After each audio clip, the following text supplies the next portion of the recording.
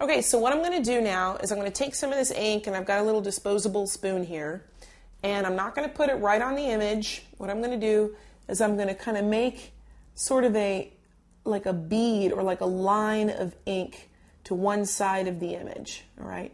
And it's got to be long enough so that the squeegee can pull the ink across sort of in one, ideally in one swoop. I mean, if you screw up, you can kind of go back and try and, do another pull of the ink.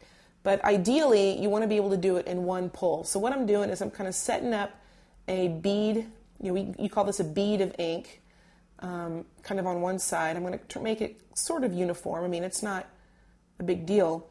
And so this is, remember, the reason it's not going onto the shirt right now is because there is glue on that part of the screen that is keeping it from going into the shirt. But you see what I'm doing? I'm making sure that that bead is long enough to cover the height of the image, okay? So I'm just going to just put a little bit more. I probably have a little too much here, but all right, so there we go.